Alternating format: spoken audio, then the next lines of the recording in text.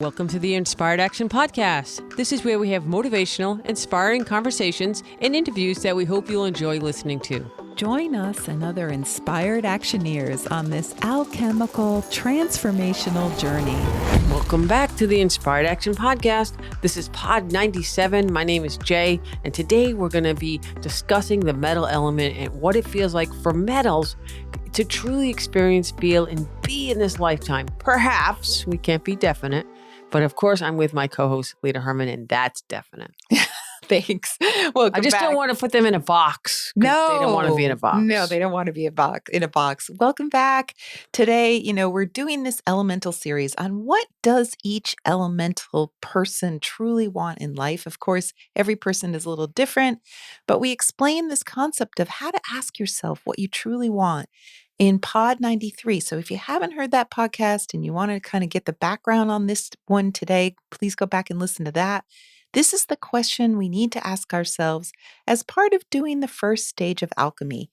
So Jay, explain a little bit more about today.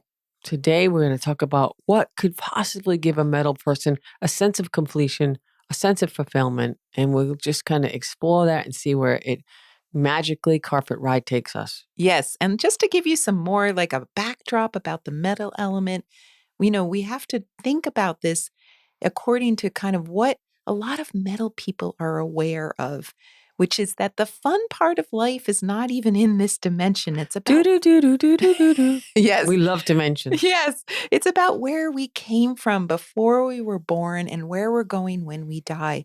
So the drama of what we call life that we're constantly playing out is less interesting to the metals than the other side, that mystery, wherever we came from.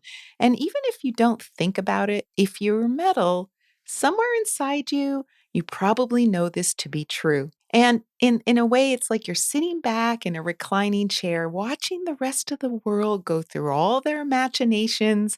Did you say imaginations? Imaginations, No, no. machinations. Machinations. They do like the scheme. Yes. In a good way. Yes. And just see what all these people are doing, as a bunch of shenanigans, really. Yeah. They're going to love being called shenanigans. No, we're not calling metal people shenanigans. They do like the scheme. They see us going through all our shenanigans. Oh, yeah, we're shenanigans. Yeah, sure. we're doing the shenanigans and they're just watching. I'm not sure that's actually a word used in that way. Well, what shenanigans are you up to? Ooh, I don't know. I just went totally in the wrong direction there. Yeah, right the down. The fire right what down. What shenanigans are you shenanigans up to? There you go. The double shenanigan use. There you go. So in other words, let's just say that metals see through the rest of us. It's like they see all the bull crap and games that we all play with each other.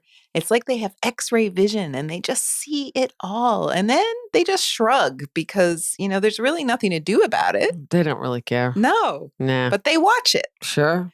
So Lita, how could they even ask the question of what do I really want if coming from, well, in a sense, they're coming from that nothing really matters point of view? Like, so why would they not ask that question? Yeah.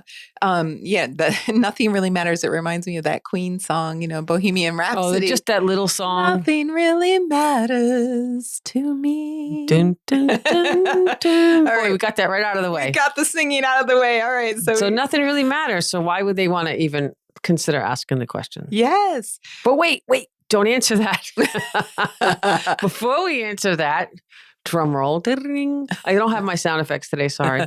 We're going to talk a little bit about what's going on in the Inspired Action podcast world because we're in the world headquarters of the Inspired Action podcast right now. What a coincidence. That's where we record this podcast. Yeah, that is a coincidence.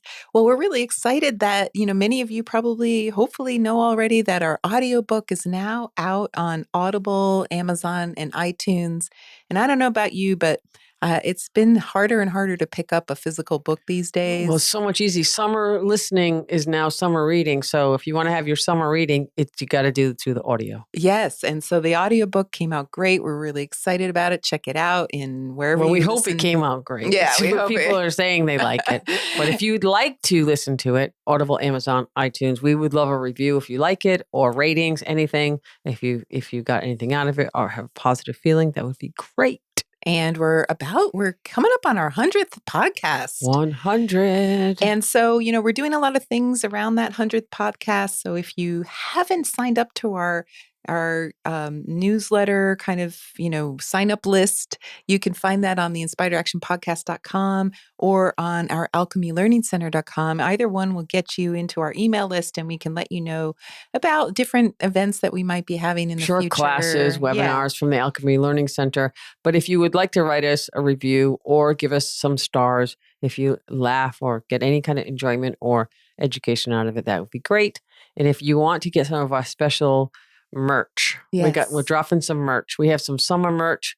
We have some cute summer shirts left, unisexy with no sleeves that people kind of like. I'm taking that word, unisexy. That's a great word. Right? And so just, let us know if you want to do that or want anything. We have water bottles, hats.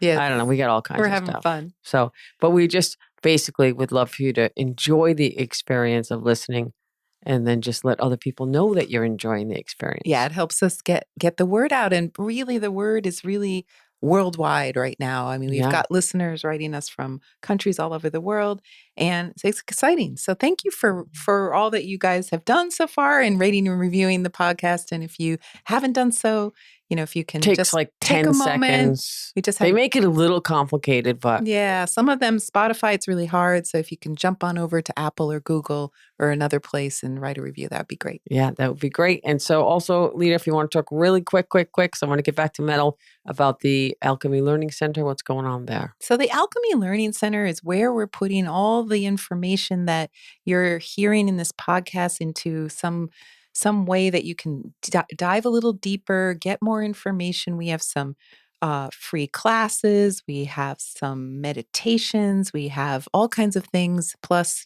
classes that you can join and things like that about the 5 elements, about the 9 palaces, about alchemy.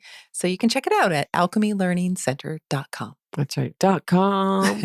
All right, fantastic. And I really quickly will mention that I know we have our new book out on audio through the Mystery Gate, but we have just almost finished our newest new book, which will be out later this year, the very end of the year. It's called, drumroll, The 9 Palaces of the Heart. The 9 Palaces of the Heart. It's about the 9 palaces, which we talk about a lot on the show. We're super excited, and it's really, really, really like we have the gas pedal on. It's going great. And we just wanted to just announce that a little bit. This is like the pre. That's exciting. So if you're listening to this, you are the first people to know that we have a new book out called The 9 Palaces of the Heart coming out. We're hoping for the end of 2022. All right. But it might be a while before we have the audio. We don't know. Yeah. We might do it at the same time. No, I think we'll do it at the same time. Yeah. See, and now we're really throwing the gauntlet down. Oh, boy. All right. Okay. So if you're into this, keep listening. We'll have more. So let's go back to the metal, talk about the mysterious answer to this difficult question. What do I really want from the metal perspective? Yes. All right. So how do metals answer this question if nothing really matters? That's what we've And they think up. We're all shenanigans. Yes, right. Doing shenanigans. Doing shenanigan things. Right. Then the thing is, they know nothing really matters. And then they get caught up in this play of life, just like the rest of us. And, what some might call samsara of life. They fall in love passionately.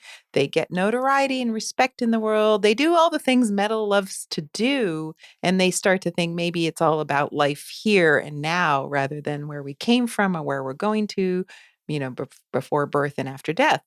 So it's not like they're all, just thinking about this mystery, this big mystery, but in the background somewhere inside, they probably are. And it does come out in pop culture a lot. If you're aware of it and you can see it, like when Lita and I watch a movie, we know within 5 minutes if it's a metal director or a metal writer or metal people cast in the roles. Yes. Like instantly, because we see these themes that come out. It's like a signature. Right. There's a slowed down nature. There's a lot of spaciousness in terms of pauses and slower, beautiful, a lot more beauty, a focus on that. So that's kind of the metal life. Now, there's also the factor that sometimes metal just decides to drop out of society because they don't want to do the shenanigans that everyone else is doing. They're done with the shenanigans. The shenanigans. And a metal movie, if speaking of movies, would be Nomadland. Yeah, that's recent. And that if you want to get a little insight onto metal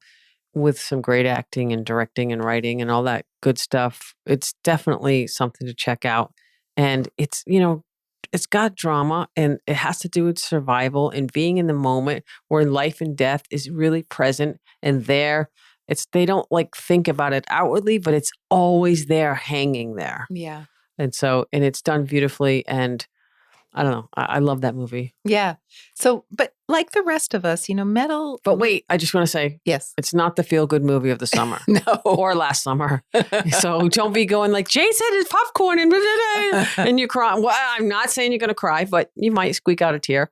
I'm not saying. But I'm not saying it's the feel-good, happy, happy feet penguin movie of the summer. But if you want to have a little metal insight and you're in that mode. Well, the reason that a lot of metal movies aren't the feel-good movies is they feel good in terms of this idea of engaging the concept of losing and the connection that you feel in the loss.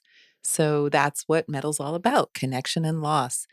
Feeling like you've lost something, but through the memory of it, you reconnect with it and you feel nostalgic. That's the tagline for the movie, Nomadland. Exactly what Lita just said. Yes, exactly. That could have been on the poster. Yes. Because that is it.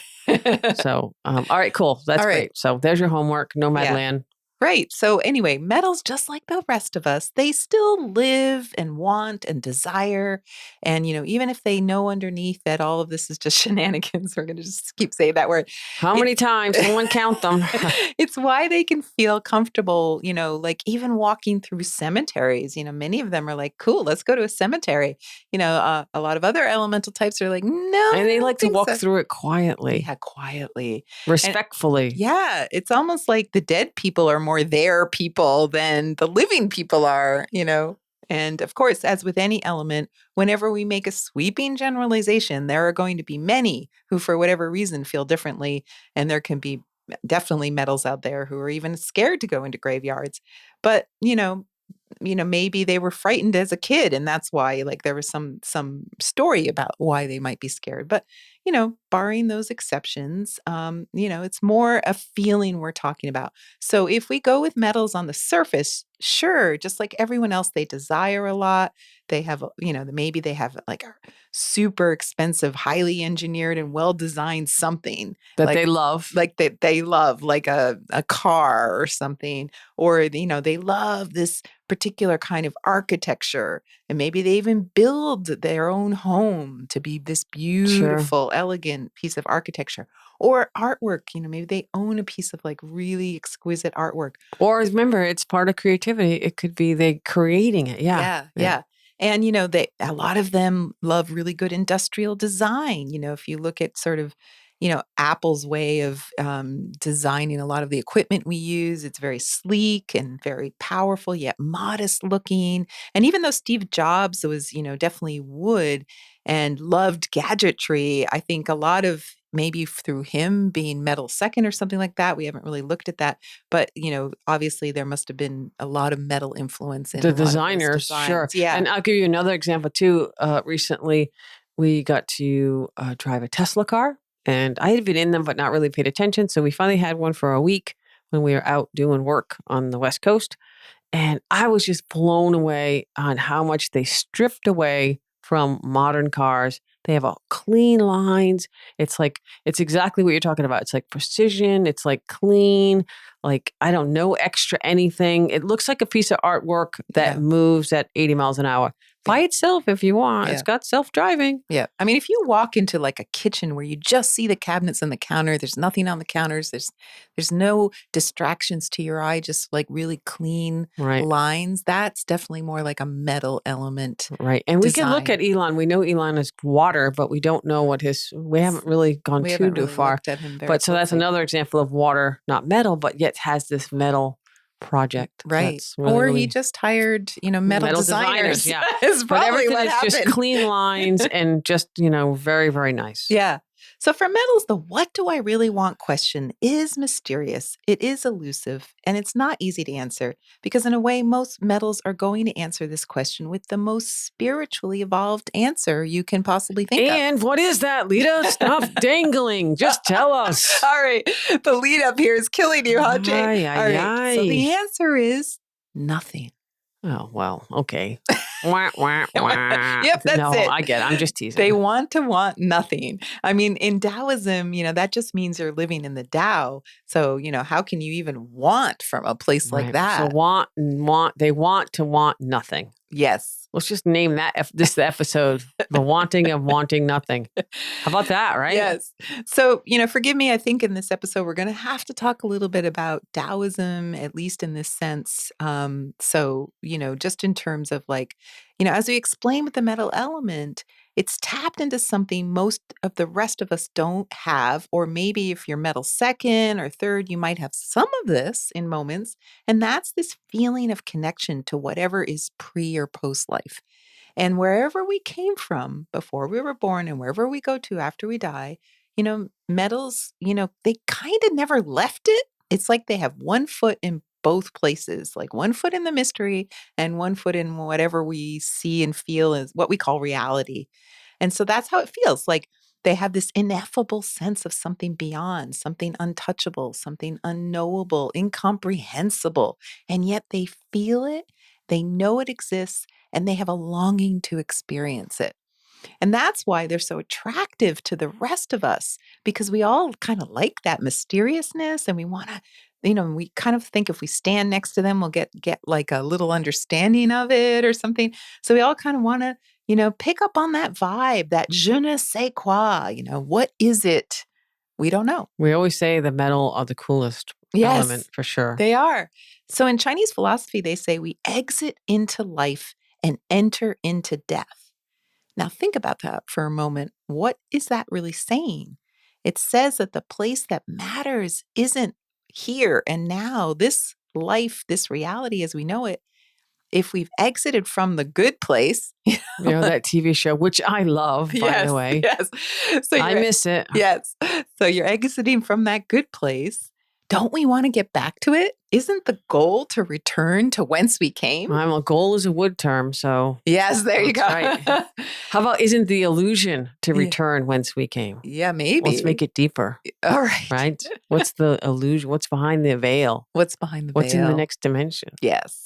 So it's important because in terms of a metal, if we ask them the what do I really want question, they may not know why they're struggling to answer it because they'll think we're asking what they want in this life and this reality. But for them, maybe that answer cannot be confined by time and space. Maybe that answer becomes so way bigger than this body living this existence. And really, in metal terms, there's no boundary of time and space. We always joke that when a metal is a close friend to you or loves you, you could be 3,000 miles away, or, maybe the last time you talked was 20 years ago. But for them, they're still as steadfast and strong as the last time they saw you. And none of the barriers of time and space really matter to them, which is why they might not take the initiative to actually pick up the phone and actually call you. Because a lot of friends of metals kind of wish that they would be more in touch, but they are to them, they're communing with you in their heads, maybe having conversations with you as if you're together in the here and now. And they do this all the time. Yeah, I love it. And when you live with no sense of time and space as a confine to your experience, then the things, that you genuinely really, really want are going to be kind of quite ineffable. Yes, ineffable. Yes. So sometimes that is translated into art. How did you know I was going to use that word? How did you know I was going to use that word? Wow. Psychic. Wow. I'm really just stunned. But yes, that was the word I was going to use. It's a great word. I did the dramatic pause and... There's no word better than ineffable for perfect. metal people. All right. And sometimes that ineffableness is translated into art. It's like those metal movies that are slow moving. They're stunningly beautiful. They're a bit heartbreaking, perhaps, but in a cosmic way. They often don't have much of a plot, even, but a lot of beautiful sunsets and poignant, slow moving conversations where not much is said, but so much is conveyed in the mood. And they're, like art house movies, indie movies, things like that. So, like Nomadland, like Jay said, like Call Me by Your Name was one.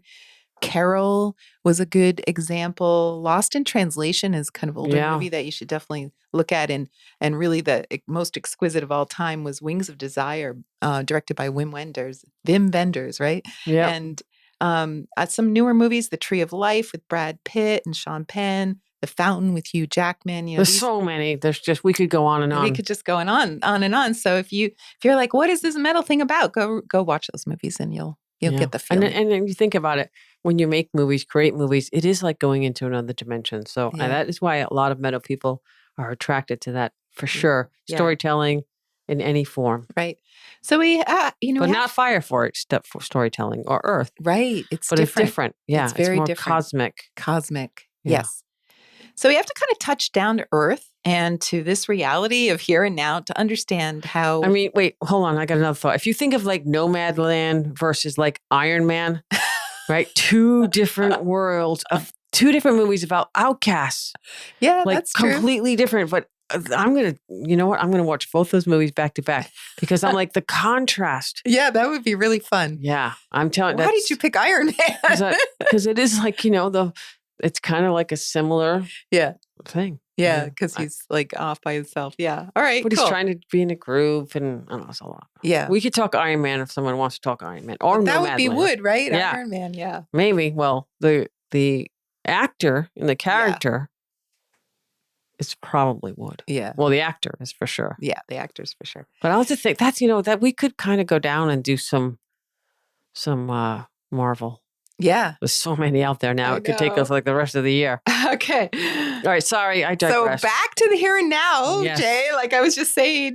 I was just having a deep concept of like, wow. Remember the whole thing we used to say, yoga and yogurt? Yes. I was thinking Nomadland, Iron Man. Whoa. Okay.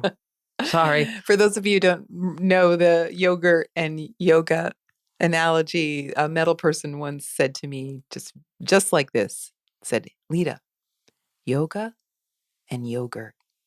And I was like, wow, cool. Right. And she's like, yeah, I know, really. And we just like communed silently about those two concepts and all the ways they relate to each other. And that's a metal conversation for you. Okay. So if a metal has to confine themselves to a body in this lifetime, what does that metal person really want? So let's try to kind of get a little bit more specific here. It's going to be an answer that has to do with the cosmic forces of life and the universe. And we always say that metal is meant to be free to fly on their magic carpet rides. But at the same time, they long for deep connection. And we always say it's like being a little leaf attached to its mother tree. On the one hand, it doesn't want to leave its safe, cozy home. And on the other hand, it sees all these other leaves, flying on the breeze and having a blast. And it wants to fly free on the breeze without a care in the world. And this is the dilemma for all metals. They want so much to have limitless freedom to roam and see the world. Remember, the travel palace of the 9 palaces is a metal palace, after all. Or they want freedom to have complete creativity, because that's another palace, the creativity palace, to create something beautiful that can grasp at the essence of something beyond this lifetime, like those movies.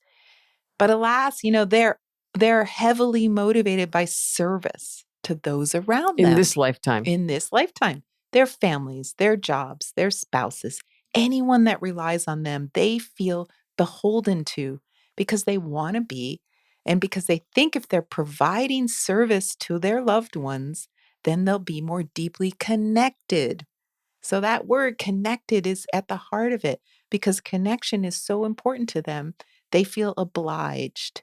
And that's really, the obligation is the big word. Yeah. They feel obliged to be of service and sacrifice what they want for others, which they do daily, day after day after day. So similar to Earth in our last podcast, who can't answer the question if they're thinking or worried or concerned about any of their loved ones for them finding happiness or peace. Yeah. In order to answer their question, metals have to stop thinking about their obligations and remember they've created their own obligations or willingly taken on society's view of their obligations or their families view other obligations. Now, that was a lot right there. Yeah.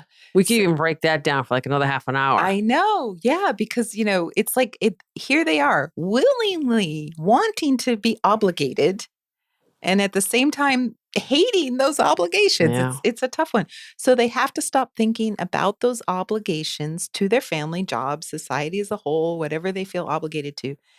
So they can ask the what do I really want question open-ended. Yeah, I Yeah. think it was a lot like the Earth podcast last time, which by the way, I had a conversation with an Earth person. I was just saying, okay, what if you could just say your entire family was completely happy and healthy and well? And I was going to finish the sentence and say, what would you really want then? And the person went, ah, that's it. So that's what Yeah. she wanted. Yeah. Like, that is it. Like, that made so much sense. And so for metal, it's like, what if all the people needing you to help them with this or that, what if they didn't need you? What if they didn't need your service at all? Like, you really were truly free. You had no obligations to them because they didn't need you. And just for the answering this question, I know it's hypothetical because it's never going to happen, but hypothetically, imagine all those people don't need your services right now. Then let's ask that question. So the answer to deep down is going to always be this dualistic issue. One side wanting connection with all that that is really, it's not just human connection. They want connection with cosmic, energy and, humans, communities, everything, the divine. This is the connection part of it. And however that phrase, it's the feeling like they're attached to something, like that leaf on a tree, and they really, really want something along those lines.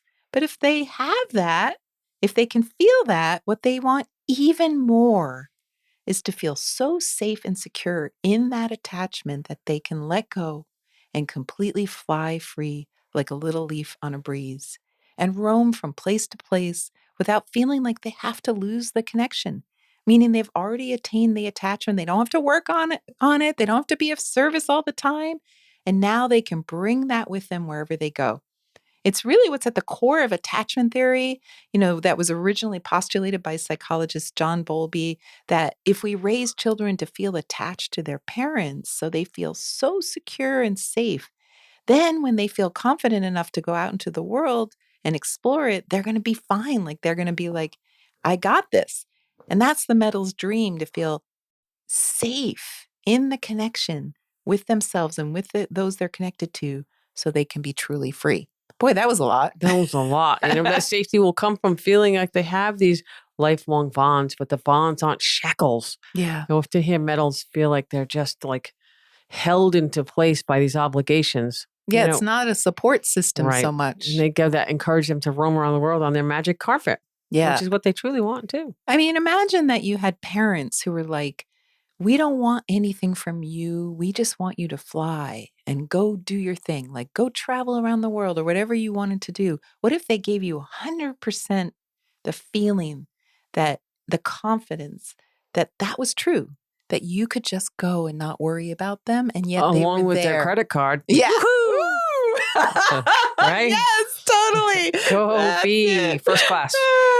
So it's almost like metals. Just joking. Yes, first class. They can do it without a credit card. But it's almost like metals need permission from their families to go be and do what they need to do in the world. And the problem is they don't ever even ask for permission. Yeah. So probably if they did, they might get it. Yeah. So if you're metal, knowing this, we ask you to ask yourself, what do I really want? We're going to ask you to do an experiment, to put aside this very strong desire to serve your loved ones, your coworkers, your society, that obligation that you carry so heavily. And let's just say, hypothetically, you're off the hook. Yeah. Right? They don't need your service. It's not that they don't want your service. Right. They don't need it right now.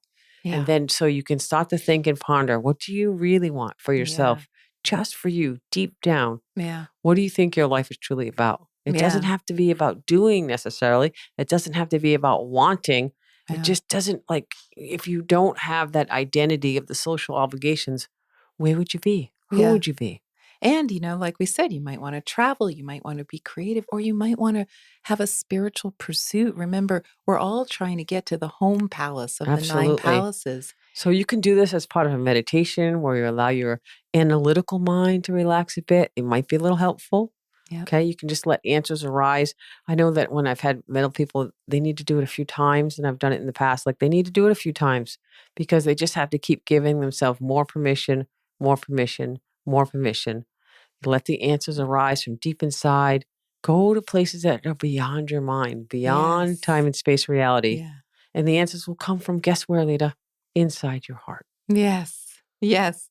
And so that's it. For homework, send us your answers. We'd love to hear them. Yeah. Write them down, document them, write them on the Inspired Action Podcast Facebook group if you want, or stick them on a Post-it on your wall. Sure. Or send us an email if you want. Yeah. Like, you don't have to put it on the Facebook if you don't want to. And remember, you're going to have to say, remember, this was sort of hypothetical, and you'll probably feel stuck again if you've had a lot of obligations and that feeling of lack of freedom in life.